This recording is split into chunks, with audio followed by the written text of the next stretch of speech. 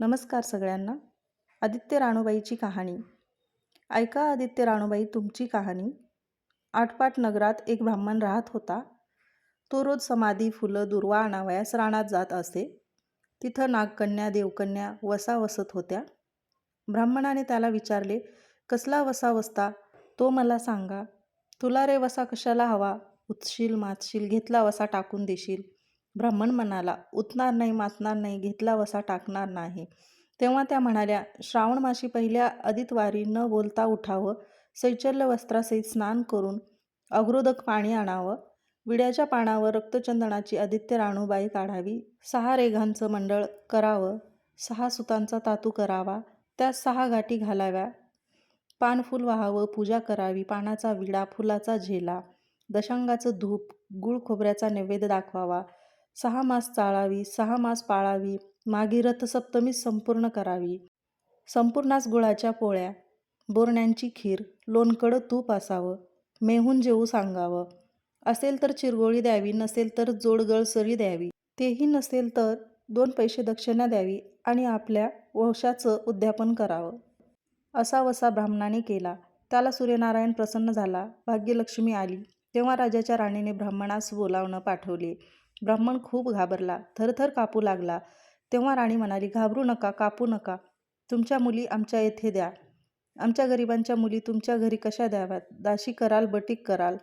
राणी म्हणाली, बटीक करीत नाही, राजाची राणी करू, प्रधानाची राणी करू.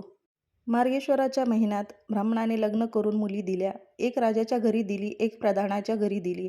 पण गेल्या पावली मुलीचा समाचार घेतला नाही. 12 वर्षांनी समाचारास ब्राह्मण निघाला. राजाच्या घरी लेकीनं बसावयास पाट दिला, पाय धुवायला पाणी दिलं. बाबा गूळ खा, पाणी प्या.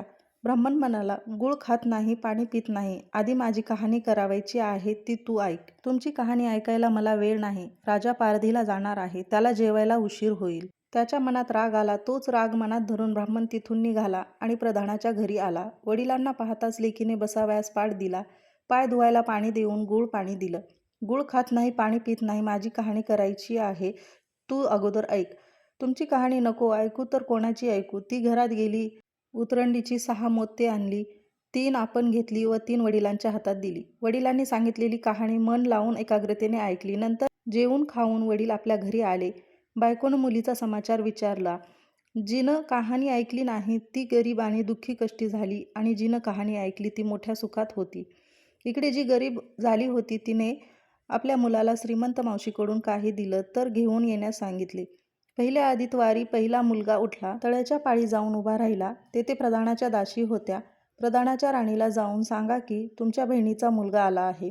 कसा आला आहे, काय आला आहे, फाटकं नेसला आहे, तुटकं पांघरला आहे, तळ्याच्या पाळीला उभा राहिला आहे. परसदारानं घेऊन या. परसदारानं घेऊन आल्या. नाऊ माखू घातलं, पितांबर नेसायला दिलं, जेवू खाऊ घातलं, कोहळा पोखरून होन मोहरं भरल्या व सांभाळून घरी घेऊन जाण्यास सांगितलं. वाटेने जात असताना सूर्यनारायण माळ्याच्या रूपाने आला व हातातला कोहळा काढून नेला. घरी जाताच आईनं विचारलं, मावशीनं काय दिलं? देवानं दिलं पण कर्मानं नेलं. कर्माचं फळ पुढं उभं राहिलं. मावशीनं दिलं पण ते सर्व गेलं.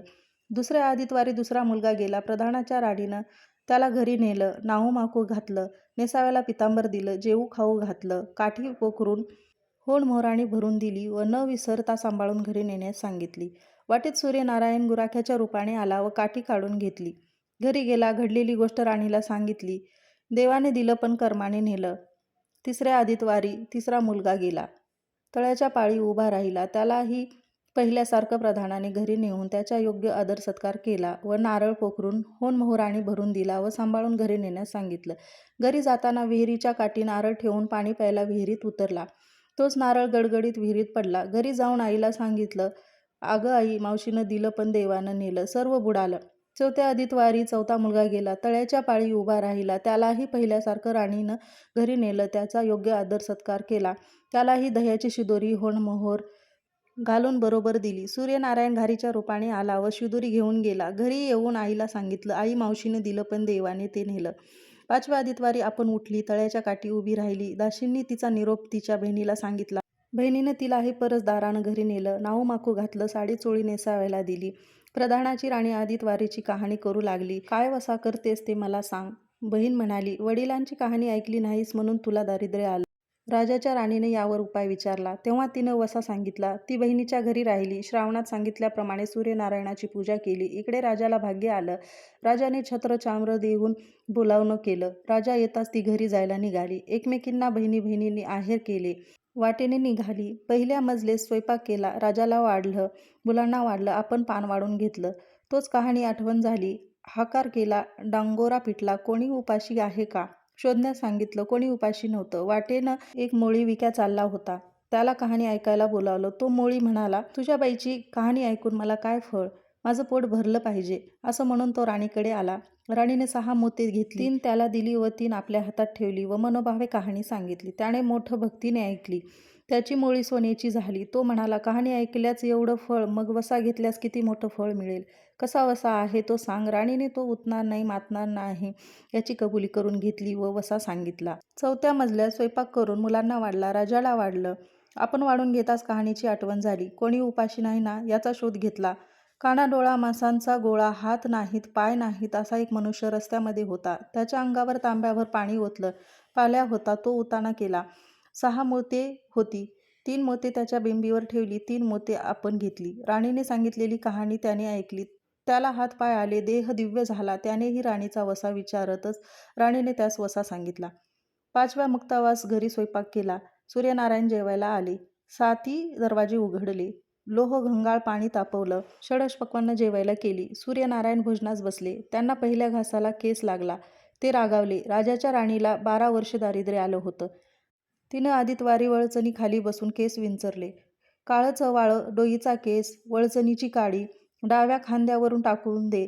राजाच्या राणीला सूर्यनारायणाचा कोप झाला. तसा कोणाला होऊ नये.